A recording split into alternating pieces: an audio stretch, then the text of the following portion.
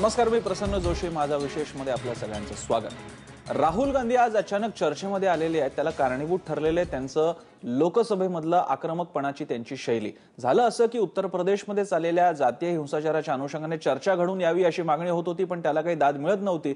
अखेर विरोधक बाकांवरची माणसं हौदामध्ये आली, जो सभापतींच्या समोर असतो. राहुल गांधी कधी नव्हे ते त्या ठिकाणी बघायला मिळाले, आक्रमकपणे घोषणा देत होते. असं वस्तुतः कधी झालेलं नाहीये. खास करून काँग्रेसचा जो अगदी अप्पर क्रस्ट आपण मानला जाऊ शकतो, जो तिकडचे सगळ्या ज्येष्ठ नेते ज्यांना मानतो, त्याच्यापैकी ते आहेत, महासचिव आहेत, ते कधी आले नव्हते, पण आज ते असं बघायला मिळालं. नेमकं काय त्याचं कारण आहे? ही आक्रमक कार्यशैली काँग्रेस कार्यकर्त्यांना लुभावण्यासाठी, त्यांच्यामध्ये एक नवीन जोश आणण्यासाठी करण्यात आलेला हा काही भाग आहे का, की याच्या मागचे अन्य काही कारण आहेत का? हा केवळ नुसता एक स्टंट आहे जो त्यांना जमलेला नाहीये पुरेसा? यावरती आपण बोलणार आहोत. चर्चा करण्यासाठी आपल्या सोबत असतील सुनील चौके, महाराष्ट्र टाइम्सचे वरिष्ठ सहाय्यक संपादक आहेत, दिल्लीहून आपल्या सोबत आहेत. याशिवाय आपल्या सोबत आहेत अतुल भातखळकर, भाजपचे प्रवक्ते. पुण्याहून आपल्या सोबत आहेत राष्ट्रीय घडामोडींचे अभ्यासक अविनाश धर्माधिकारी. आणि थोड्याच वेळात आपल्या सोबत राष्ट्रीय युवक काँग्रेसचे अध्यक्ष राजीव सातव सुद्धा असतील. सगळ्यांचं स्वागत. सगळ्यात आधी आपण जाऊया चौकेंकडे. चौके सर, हे तुम्ही आता इतकी वर्ष लोकसभा दिल्लीच कव्हर करते आखी. काँग्रेसच्या पहिल्या फळीतला नेता थेट हौदात येऊन एखाद्या इतर खासदारांप्रमाणे आंदोलन वगैरे करतो, काही घोषणा वगैरे देतो, कधी बघायला मिळालं होतं? अचानक असं काय झालंय? याच्या मागची पार्श्वभूमी आपण जर बघितली तर लोकसभा निवडणुकीत जो भगवा उडाला काँग्रेसचा, आणि त्यानंतर गेल्या 2.5 महिन्यात राहुल गांधी आणि काँग्रेस पक्ष आणि काही प्रमाणात सोनिया गांधी यांच्याबद्दल काँग्रेस पक्षातल्या नेत्यांचा आणि काँग्रेस कार्यकर्त्यांचा जो भ्रमनिरास झालेला आहे, त्यावर कुठेतरी तो विसर पडावा आणि काँग्रेस अजून जिवंत आहे, काँग्रेस अजून आक्रमकपणे राजकारण करू शकते, हे दाखवण्याचा एक प्रयत्न म्हणून, एक केविलवाना प्रयत्नही म्हणता येईल याला. कारण ज्या पद्धतीनं काँग्रेसची संख्याबळच नाही आहे विरोधी बाकांवर, आणि त्यांना जी साथ मिळायला हवी इतर पक्षांची ती पण मिळत नाही. एक छोटे मोठे 2-4 खासदार असलेल्या पक्षांच्या मदतीनंच त्यांना हे सगळं विरोधाचं नाटक उभं करावं लागतं आहे. तर ही जी केविलवाणी परिस्थिती आहे, म्हणजे सभागृहाबाहेरची केविलवाणी परिस्थिती लपवण्यासाठी सभागृहात केविलवाणं नाटक करायचं, अशी अवस्था आता काँग्रेसवर ओढवलेली आहे. आणि ज्या पद्धतीनं राहुल गांधी मागच्या महिन्यातही 7 तारखेला जुलैच्या ते महागाईच्या मुद्द्यावरून म्हणजे एक अर्धवट मनानं वेलमध्ये आले होते, तेव्हा त्याची अशीच दखल घेतल्या गेली होती. आणि आता परत तर हे एक मंथली रिकरन्स एक प्रकारचं हे झालेलं आहे. कारण 7 जुलै आणि आज 6 ऑगस्ट. तर एक प्रकारे काँग्रेस पक्षातले जे वाद आणि त्यांच्याबद्दलचा जो असंतोष एक खतखतच आहे पक्षात, त्याच्यावरून लक्ष उडवण्यासाठी हा एक प्रयत्न आहे असं म्हटलं तर ते वावगं ठरणार नाही. कारण ज्या पद्धतीनं गेल्या काही दिवसांपासून काँग्रेसचे ज्येष्ठ नेते आणि दुसऱ्या फळीतले, तिसऱ्या फळीतले नेते, कार्यकर्ते सगळ्यांमध्ये एक मोठा असमाधानाची गोष्ट हे निर्माण झालेली आहे की पक्ष कुठंच पुढं चाललेला नाही आहे, पक्ष आढावाही घेत नाही आहे पराभव का झाला, आणि त्यातून काही बोध घेण्याची पक्षाची तयारी नाही आहे. आणि यासाठी जे काँग्रेसचं नेतृत्व आणि विशेषतः राहुल गांधी यांची जी एक हे जबाबदार ठरलेली आहे, तर त्यातून हा प्रयत्न मला वाटतं की त्यावरून लक्ष उडवण्यासाठी. कारण असं काही झालेलं नाही आहे की खूप परिस्थिती हाताबाहेर गेलेली आहे, देशात जातीय दंगलीचे वनवे पेटलेले आहेत आणि त्यासाठी काँग्रेस पक्ष इतका एकदम तळमळतो आहे, असं काही झालेलं नाही आहे. उत्तर प्रदेशात ते ऑनगोईंग प्रोसेस आहे. म्हणजे काँग्रेस केंद्रात मोदींची सत्ता येण्यापूर्वी देखील आणि काही फारसा मुद्दा नसताना पण त्याला मुद्दा बनवायचा आणि स्वतःचा आक्रमकपणा ठसवण्यासाठीचा प्रयत्न होता. त्यातला एक मुद्दा तर भाजपनं मांडलेला आहे, तो घेऊन भातखळकरांकडे जाण्यापूर्वी धर्माधिकारींकडे आपण जाऊयात. धर्माधिकारी जे आपण चाणक्य मंडळच्या सोबत युवकांमध्ये काम करत असता, युवकांना अपील करणाऱ्या काही गोष्टी असतात त्या इनएव्हिटेबली राजकारण्यांना फॉलो कराव्या लागतात. मग कधी मंत्र्यांच्या गाडीसमोर लोटांगण घाल, कधी हौदामध्ये जा, कधी कोणावर दगडफेक कर, किंवा या गोष्टी ज्याच्यामुळे आपला नेता आक्रमक आहे, आपला नेता हा नेहमीच्या पठडीबंद राजकारणाच्या बाहेर लोकांपर्यंत पोहोचण्याचा प्रयत्न करतो, अशी एक इमेज ठसवण्यास मदत होते. राहुल गांधी असं आतापर्यंत बाहेर करायचे मध्ये कुठे कोणाकडे जाऊन जेवतील, कुठेतरी रोजगार हमीच्या ठिकाणी जाऊन घामेलं उचलतील. पण आता लोकसभेत हा जो काही हौदासमोरचा हैदोस करण्याचा त्यांनी प्रयत्न केलेला आहे. खरोखरच त्याच्यातून काही प्रतिमा काँग्रेसच्या युवा कॅडरमध्ये काही जाण्याचा प्रयत्न होईल का? असं इम्प्रेशन मुळात राहुल गांधींची पर्सनॅलिटी तशासाठी आहे का?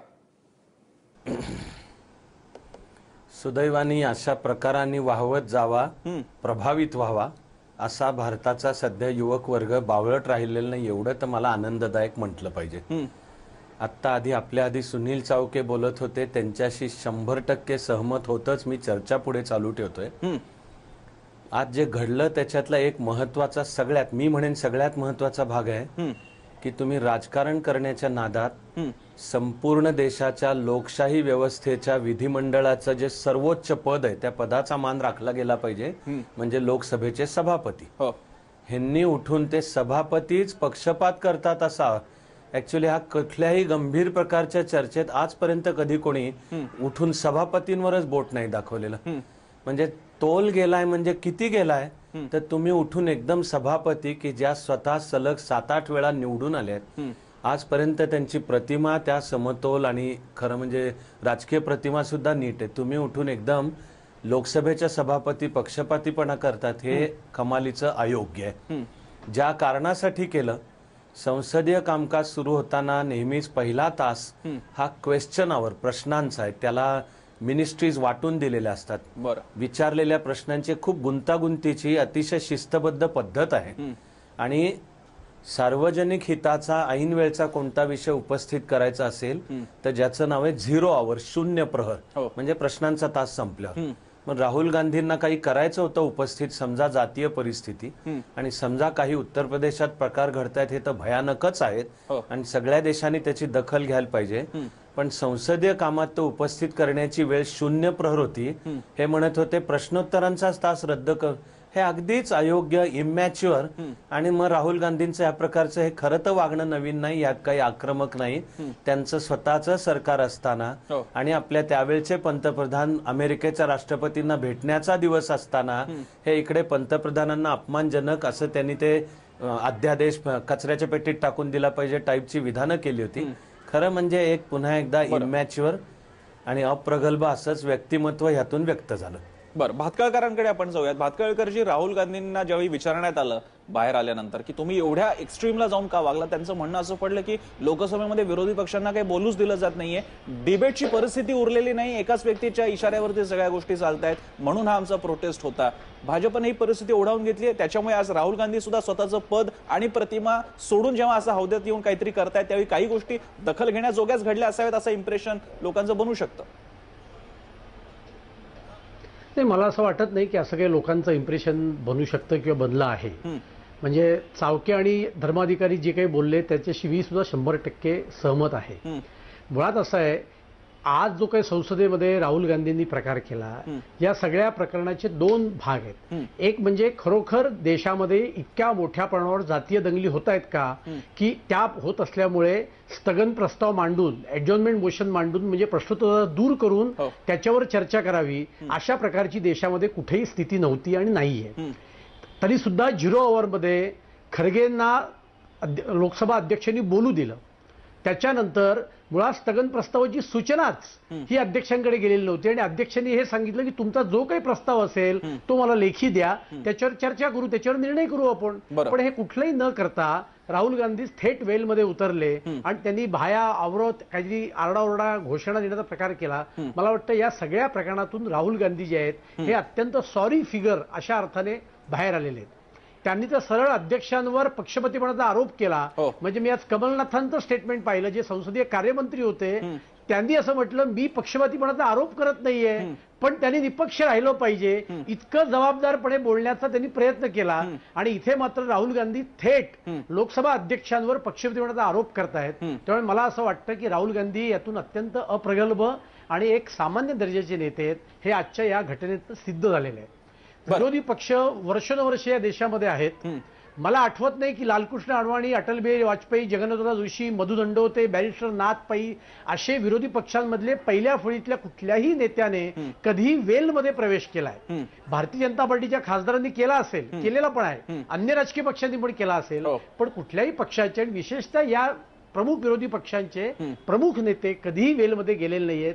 त्यामुळे राहुल गांधी हे प्रमुख नेते नाहीयेत हे सुद्धा आज त्यांनी मला वाटतं आपल्या वर्तनाने सिद्ध केलंय. बरं, आपण राजू सातवांकडे जाऊ. राजू सातव आता चर्चेत सहभागी झालेले आहेत. राजू सातवजी, आपण आता चर्चेत आलाय, मला कल्पना नाही आपण उर्वरित आपल्या मंडळींचे आपले गेस्टचं काही म्हणणं ऐकलंय का, पण सगळ्यांचं म्हणणं पडलं की मुद्दा काही एवढा मोठा नव्हता, केवळ शून्य प्रहरात जे शक्य होतं ते त्याच्यासाठी प्रश्नोत्तराचा तास रद्द करण्याची गरज नव्हती आणि अशा कुठल्या तरी एका मागणीसाठी हा असं हौदात वगैरे उतरणं ते सुद्धा पहिल्या फळीतल्या राहुल गांधींसारख्या नेत्यानं ते अशोभनीय आहे.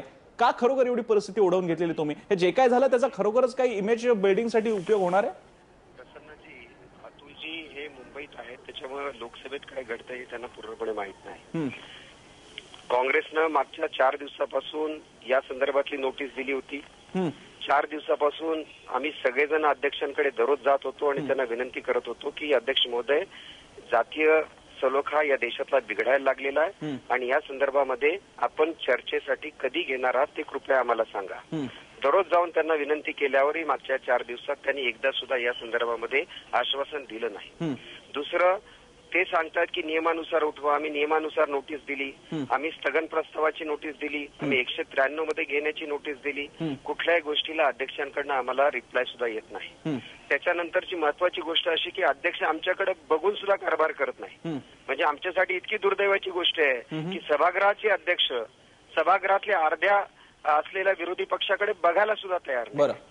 आणि त्यामुळं जिथं आम्ही नोटीस देतोय, जिथं नियमात तुमच्याकडे यायला तयार आहोत, तुमच्या ऑफिसमध्ये येऊन आग्रह करतोय की अध्यक्ष महोदय कृपया हे चर्चेला घ्या आणि तुम्ही जर अजेंडाच ठरवला असेल की आम्ही तुमच्याकडे बघणारच नाही आणि आमच्या पाशवी बहुमताच्या जोरावर आम्ही सरकार चालवणार, अशा पद्धतीनं सरकार चालू शकत. पण राजूजी, बाकीच्या भातखळकर पण असं म्हणाले की तुम्हाला शून्य प्रहराचा एक मुद्दा तिकडे एक होता जिकडे तुम्हाला मुद्दा उपस्थित करता आला असता खरगेंना, आणि दुसरी गोष्ट म्हणजे प्रश्नोत्तराचा तास अक्षरशः अडथळा त्याच्यामध्ये आणावा, एवढ्या मोठ्या प्रमाणात गोष्टी चालल्यात असं आपल्याला वाटतं?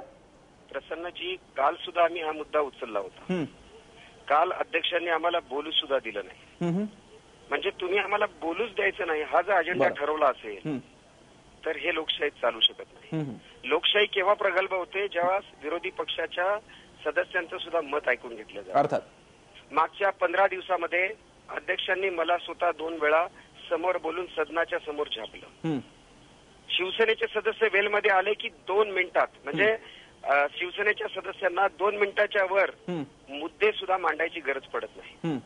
एआयडीएमकेचे सदस्य मुद्दे मांडायला लागले की 1 मिनिटाच्या आत त्यांचा मुद्दा ऍक्सेप्ट होतो. वेलमध्ये आले तर 1 मिनिटाच्या आत तुम्ही संसदेचं कामकाज थांबवता. आणि आम्ही मुद्दे काय मांडतोय? आम्ही एवढीच विनंती केली की आमच्या नेत्याला म्हणजे खरगे साहेबांना मुद्दा जो मांडायचा त्याला 2 मिनिटं द्या. तुम्ही शून्य प्रहारात सुद्धा वेळ द्यायला तयार नाही. तुम्ही प्रश्नोत्तराच्या तासात वेळ द्यायला तयार नाही. अशा पद्धतीनं लोकशाहीमध्ये विरोधी पक्षाचा आवाज दाबायचा जर कार्यक्रम असेल तर तो चालू शकत नाही. आपण राजूजी तुमचा मुद्दा विचारूयात भातखळकरांना. भातखळकरजी, राजीव सातवांच्या बोलण्याला तर आपण उत्तर द्याच, पण मी आपल्याला आठवण करून देऊ इच्छितो की केवळ राहुल गांधी हे पहिले नेते नाही आहेत. शपथविधी झाल्यानंतर अध्यक्षांचा काहीच दिवसानंतरच्या सेशनमध्ये असा आरोप यापूर्वी सुद्धा झालेला आहे, त्याच्यानंतर माफी मागण्यात आली. पण सुमित्रा महाजन यांचं एकूणच याबद्दलचं वागणं, कार्यालय सगळा कारभार चालवणं याच्या बाबतीत फक्त काँग्रेसमध्येच नाहीये तर अलाइड जे विरोधी पक्ष आहेत त्यांच्यामध्ये सुद्धा मतभेद आहेत. नाही, मुळामध्ये आज सुद्धा शून्य प्रहारामध्ये खरगेंनी हा विषय मांडला. सुमित्रा महाजन त्यांना असं म्हटलं तुम्ही स्पेसिफिक बोला, कुठला इन्सिडेंट घडलाय देशामध्ये. एक दुसरा, स्वतः लोकसभा अध्यक्षांनी पत्रकारांना सांगितले कुठलाही स्पेसिफिक प्रस्ताव माझ्याकडे आलेला नव्हता, तो आल्यानंतर त्याच्यावर चर्चा करू. तिसरा मुद्दा जो आहे की जो आधीचे माझ्या दोन्ही यांनी मांडलेला आहे, अशी कुठली देशात घटना घडली होती की प्रश्नोत्तराचा तास बाजूला ठेवून याची चर्चा करावी, अशी कुठलीच घटना इमिजिएट घडलेली नव्हती. स्थगन प्रस्ताव ऍडमिट केला जातो, यात काही नवीन नाहीये, पण ते प्रत्येक वेळेला मांडला जात नाही. आणि मला असं वाटतं की संसदेच्या दुसऱ्या म्हणजे खऱ्या अर्थाने पहिल्या अधिवेशनामध्ये लोकसभा अध्यक्षांवर पक्षपातीपणाचा थेट आरोप करणं, याच्यातून काँग्रेसचा मानसिक तोल ढाळलेला आहे. आणि सातवांनी याचा खुलासा करावा की राहुल गांधी जर का त्यांचे क्रमांक 1 क्रमांक 2 नेते असतील तर आज ते वेलमध्ये कसे काय गेले होते? संसदीय परंपरेमध्ये कुठल्या विरोधी पक्षाच्या प्रमुख नेते आतापर्यंत कधी वेलमध्ये गेल्याचं मला तरी आठवत नाहीये. त्यामुळे राहुल गांधींनी अशा प्रकारचं कृत्य केलंय. आणि ते करताना सुद्धा टीव्हीवर दिसतंय की ते आपल्या मातोश्रींची चर्चा करतायत. ती चर्चा झाल्यानंतर ते वेलमध्ये घुसले.